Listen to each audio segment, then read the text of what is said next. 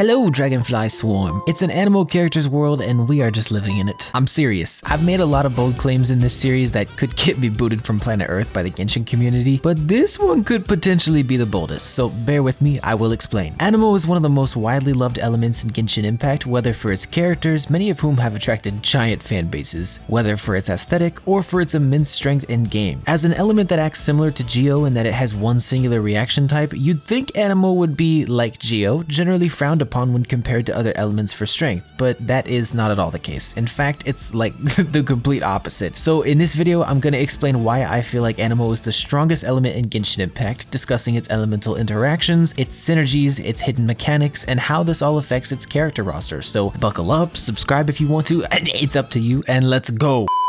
So to start this all off, let's discuss Anemo's elemental interactions, which really shouldn't be too hard because it's literally just swirl. Swirl is a transformative reaction that triggers when Anemo comes into contact with Pyro, Hydro, Cryo, or Electro, not Geo. And upon coming into contact, it will deal swirl damage and spread the swirled element to nearby enemies in an AoE. This is the very simple basis of swirl, which most players are probably familiar with, and this reaction works exactly the same across all the elements I mentioned, except Hydro, which unlike other elements won't actually deal AoE Hydro damage upon swirling, it'll just apply Hydro to nearby enemies. Minor difference though. So on paper, swirl seems as though it would be a rather stale transformative reaction, something like how Geo's reaction Crystallize is weak and shared across all elements minus Anemo. Except the fact that the complexity of Anemo as an element does not come in the form of multiple individual reactions like other elements, but instead the complexity of this element comes with the insane amount of hidden mechanics and augmentations that swirl alone can be given. For example, to start this off as simple as possible, 4-piece Viridescent Venerer is an artifact set passive that not only greatly increases Swirl's own damage, but also augments Swirl so that your character shreds the resistance of whatever element they swirl on an enemy by 40%. And this alone has made 4-piece Viridescent the uncontested best set for Anemo supports since Genshin was released, but more importantly, it allows Swirl to become possibly the best assistive reaction in the game. Because given any reactive element can be swirled, basically any team in the game that involves some form of non-Geo elemental damage can heavily benefit from this augmentation of swirl. And that's kind of why 4-piece Viridescent is pretty much the only set many people will recommend you use on characters like Venti, Kazuha, Sucrose, Buffer Gene, and I suppose even Anemo Traveler, because it turns an already very versatile elemental reaction into a very powerful versatile reaction. And you know what they say, versatility is value is strength.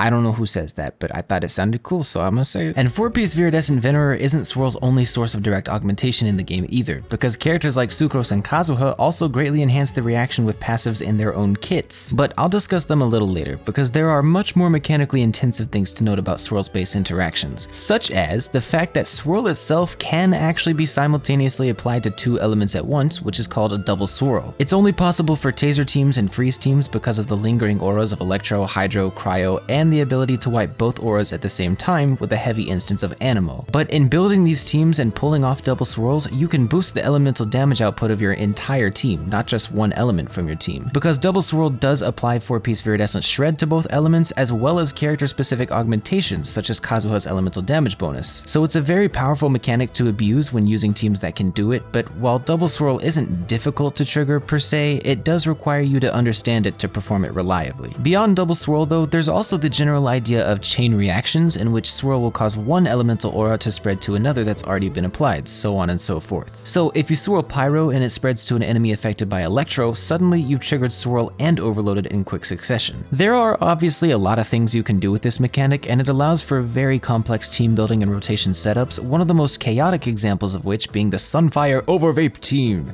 I really like that team. Jean and Bennett can work together by placing both of their bursts, causing your active character to constantly have an Anemo aura and Pyro aura applied to them, which in turn causes you to constantly swirl Pyro to nearby enemies. This allows you to not only constantly shred Pyro resistance, but it also causes overloaded and vaporized reactions in tandem with Pyro swirl, essentially this absolute hurricane of chain reactions, all because of swirl spreading Pyro. So overall with Anemo's elemental interactions, it's very unique as opposed to how the rest of the elements interact, and it allows for an absurd amount of creativity with how you go about wielding Anemo application. Now it's worth mentioning that Anemo resonance is not typically typically considered one of the strongest resonance passives, especially not when compared to Cryos or Geos or even Pyros, I suppose. Mostly because the majority of teams in Genshin can easily work without the benefits of Anemo resonance and typically work better with one Anemo character rather than two, which is exactly why I would argue that Anemo resonance doesn't even really need to be taken into consideration when comparing its strength to other elements, because Anemo characters are generally optimal by themselves in an elemental team. Whether intentionally or unintentionally, Anemo supports are very good at doing their jobs without the need for a second Anemo unit, and especially without the need for Anemo resonance, thus making them a perfect fourth slot for teams that are looking for a larger team damage output, and by extension, making Anemo resonance that much more obsolete. And now would probably be a good time to explain why and how Anemo units are generally so self-sufficient, and why that makes them some of the most sought-after buffers and supports in the game. Anemo's roster is mostly full of two things: crowd controllers and utility supports. Every element's characters have some sort of shtick that the majority of them stick to, Anemo's generally being utility characters. But the funny thing is, with 4-piece Viridescent Venerer and decent uptime Anemo application, technically any Anemo character, even Xiao, could act as a buffer support for elemental teams. And that's what makes the actual Anemo support so insanely powerful and versatile. Take for example Sucrose, who many consider to be a high-tier 4-star character. Her ability to use 4-piece Viridescent to augment swirl reactions is already solidified because as a catalyst user she just innately has high Anemo application capabilities. But beyond that, her kit incentivizes swirl reactions by granting elemental mastery to any teammate that corresponds to the element she swirls, and at C6 her burst grants her entire team an elemental damage bonus to whatever element it infuses with. This makes her an insanely impactful team damage buffer for freeze and taser teams because of double swirl, and it makes her a very strong buffer for virtually any other elemental damage team as well. And that doesn't even take into account the fact that she deals considerable damage and provides a respectable amount of crowd control on top of everything else. And this has always been this way too. Players have been pairing Sucrose in these kinds of teams since Genshin launched because it's such a versatile and effective way of increasing your total team damage output. Kazuha falls in a similar category as Sucrose because he grants large damage buffs based on his swirls, as well as providing great crowd control and damage, which makes both of these characters somewhat of a one-man army for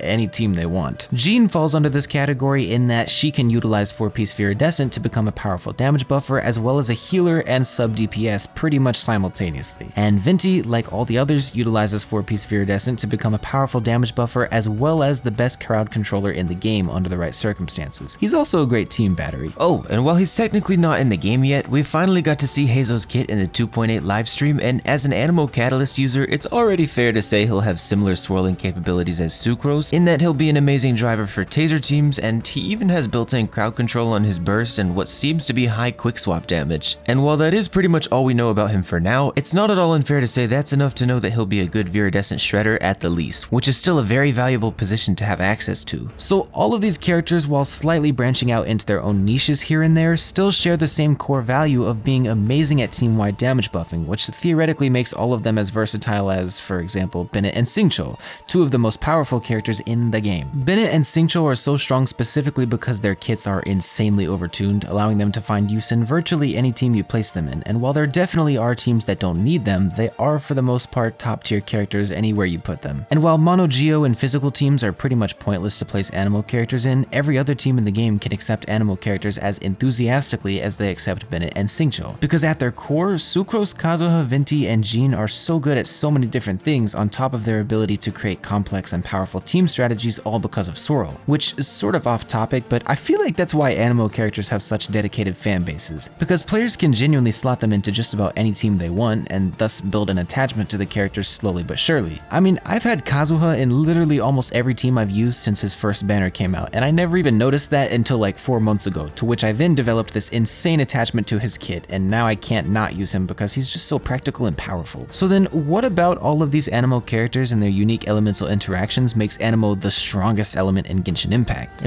Well, take for example some of the most statistically popular units in the game, Raiden, Xingqiu, Bennett, and Kazuha. What they all have in common is that they can fill a lot of different roles on a lot of different teams, but in the case of Bennett and Raiden, it has less to do with their elements and more to do with their very high scaling. For Xingqiu, however, while he does derive a lot of his power simply from his base kit, a lot of his significance also comes from being a Hydro character, which makes him the best enabler in the game for the majority of reaction teams. But with Kazuha, and as the top tier representative of his entire element, what sets Kazuha and more importantly Anemo apart from the other 3 popular characters is that Kazuha's power, like Xingqiu, comes equally from his element and his kit. But unlike Xingqiu, Kazuha and most most other Anemo units can fit efficiently into literally almost any team in the game while opening so many doors for mechanical gameplay and rotation crafting. Hence versatility, not just in the team building process, but on the field and in the middle of the fight. So comparatively, while I will say that Heizou comes in extremely close beside Anemo in terms of raw power of an element, Anemo allows its already very solid cast of characters the freedom to strategize in so many more ways than other elements allow their characters to, which is kind of poetic since the Anemo Archon is the Archon of freedom and all. But yeah, basically Anemo is equal to Heizou except it's more versatile, and I'll say it once more as my summarized statement.